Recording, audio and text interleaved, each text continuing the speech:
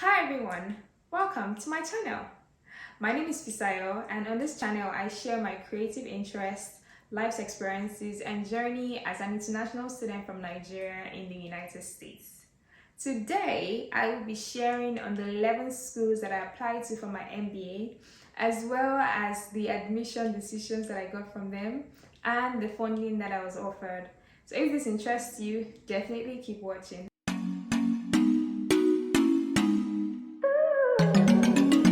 This video is not about how I got those scholarships. If that is what you're looking for, you need to pause this video now and check my previous upload titled How I Got 3 Fully Funded Scholarships in the United States for my MBA. There, I take you through a step-by-step procedure of how I got the scholarships. On this video, I am sharing the schools that I applied to alongside the decisions and the funding that I received. Now, I just needed to state this, that I do not represent any school or speak for any school. This video is purely for informational purposes, and I'm sharing this so that people can be aware of what's possible and can be guided when taking their own steps. Everything I share is my experience and all views are mine. The schools reserve the right to disburse financial aid or scholarships to applicants as they deem fit. So it doesn't mean that because I got a certain amount, you cannot get higher or lower than what I got. I just thought to put that disclaimer out there. Alright, so in no particular order, let's go right into the schools that I applied to. First, Penn State University. I applied to Penn State University in the second round and I got my admit decision in March. The second round closed early January and then I got the admit decision in the middle of March. I was offered the Maimuna Mijindadi Anyene Fellowship, which is a scholarship that is given to one person of Nigerian descent or Nigerian who is passionate about serving their community. It's a fellowship that is given in honor of Maimuna Mijindadi, who was a 2006 alumnus that died. This scholarship covered full tuition waiver for the 2 years of the program, a subsidized healthcare insurance, and monthly stipend. The total value of this scholarship was 121,000 USD. Next, Arizona State University. That's my current school and that's the school that I chose. I applied to ASU for two major reasons, aside all other secondary reasons, right? The first one is the Executive Connections program. I heard about this program from a second-year student who told me about the benefit that they have received from being mentored by a C-suite executive. So essentially, it's a mentorship program where students, MBA students, are assigned to C-suite executives to be mentored through the period of their MBA program, and the relationship continues even afterwards. I thought this was fantastic because all my life I have received great benefit from mentorship, and I did not imagine moving to a new land without having somebody that I can look up to be mentored by. So that was one thing that really made me enthusiastic about ASU. The second reason was because ASU was ranked number one for innovation. You can check that online. Do a quick search on the number one ranked school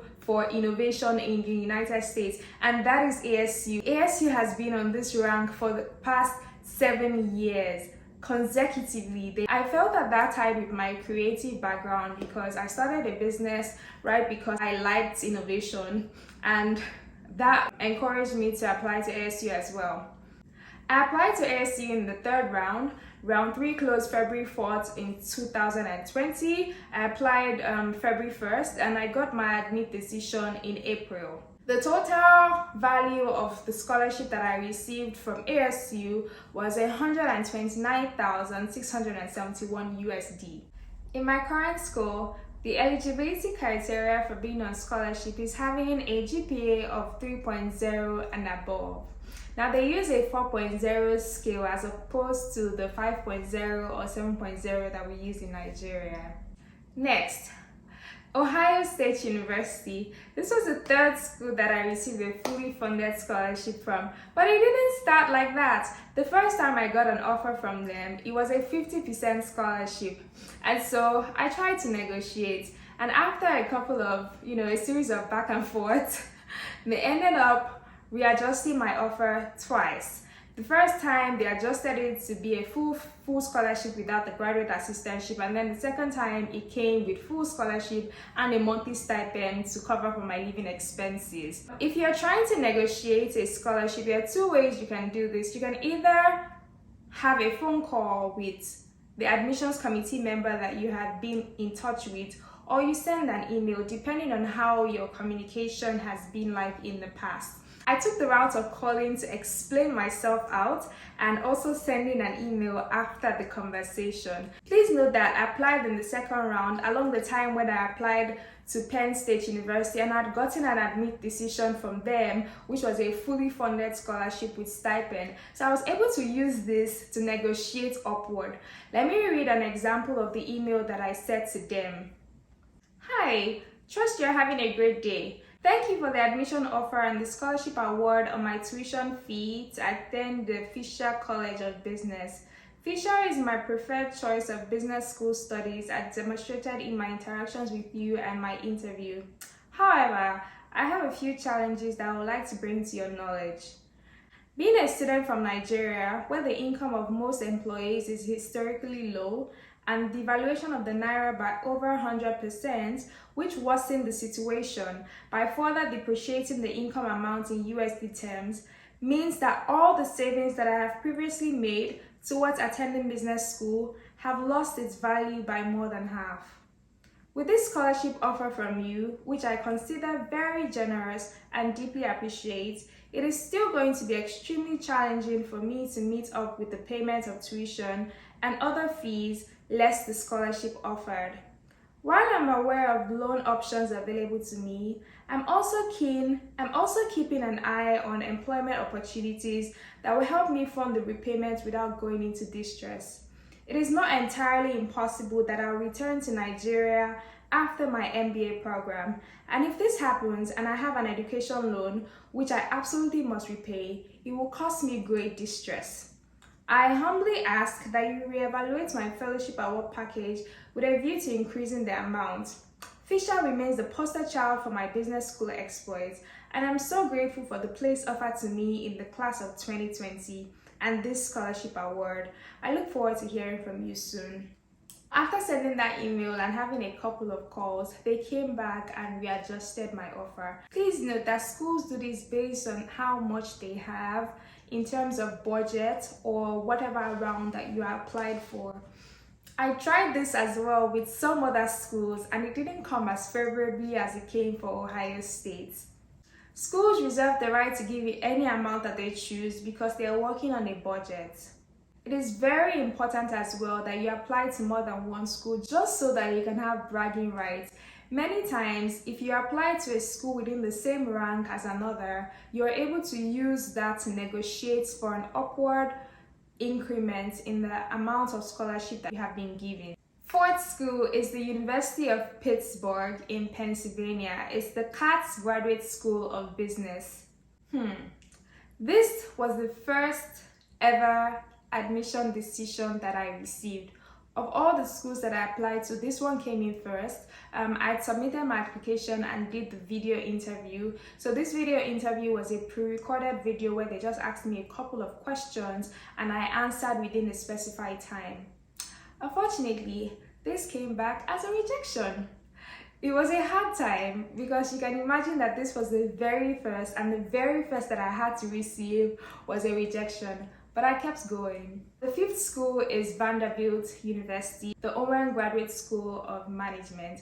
I applied to Vanderbilt in the third round, and after doing the submission and the interview, they came back and told me that I have been waitlisted. So that means that they're waiting for people to decline their offers just so they can have more space to accommodate people like myself. Tough, but they came back mid-April to say that they had some spots now and they wanted to ask if I was still interested in coming to their school. But at that time, I already accepted the offer from ASU, and so I just said, I moved on. No, not like that. Of course, Don't burn any bridges on this journey. Be polite. Be polite. Politely told them that I accepted another offer and I would not be going with them again. The sixth school I applied to was Texas A&M, which is the May School of Business. I applied in the third round, and although they gave me an admission, it came with no funding at all. So I looked away. The seventh school I applied to was the University of Connecticut, the University of Connecticut Graduate Studies. They also offered me an admission, but it came with no funding as well. I applied in the second round, so I guess they're not very buoyant with how much they had to disburse to students. The eighth school on my list is the University of Notre Dame, which is the Mendoza School of Business. It is in Indiana. I applied to Mendoza in round 3, and they actually came back and gave me 60,000 USD. Hey! But at this time, I'd also received the offer from ASU, so I didn't go with them. The night school I applied to, well, not night school, but the night school on my list, because I'm mentioning them not according to how I applied to them. It's just a random order. So this is Southern Methodist University, which is the Cox School of Business. I really like this school because it's based in Dallas, Texas. I've heard so much about Dallas, the cost of living, the ambience, and so I really looked forward to going to SMU. But when my admission decision came, it came with 60,000 USD, and at that time I'd also received Penn State's full ride. So I tried to use my negotiation skills, right? But it didn't really turn out well. They only added 10K extra. So in total, I got 70,000 in funding, or I was offered 70,000 in funding from them. The 10th on my list is Tulane University, which is the Freeman College of Business. It's in New Orleans, Louisiana. I applied to them in the second round, and they came back to me with 30,000 USD in funding. Now the final school on my list is the College of William and Mary, also known as the Raymond A. Masson School of Business. This school is located in Virginia, and I got admitted to them. They offered me 38,000 USD. So in total, all the funding that I was offered amounted to 593,201. Those are the 11 schools that I applied to, alongside the amount in funding that I each received from them. Please note that this amount listed is not in my bank account. It's scholarship, it's tuition waiver, so I do not have this money in my account. Please do not ask me for money. I don't have the money. I got a lot of messages from my previous video. I've gotten so many DMs on Instagram, and I wonder if I'll be able to get to them because there are a lot, but I'm trying my best. Please understand that I'm a student that is juggling being a creator and being a productive student. So I'm giving my attention to YouTube right now. So if you really need to catch me, please drop your question in the comment section on this video or any of my videos, and I will get to them and respond.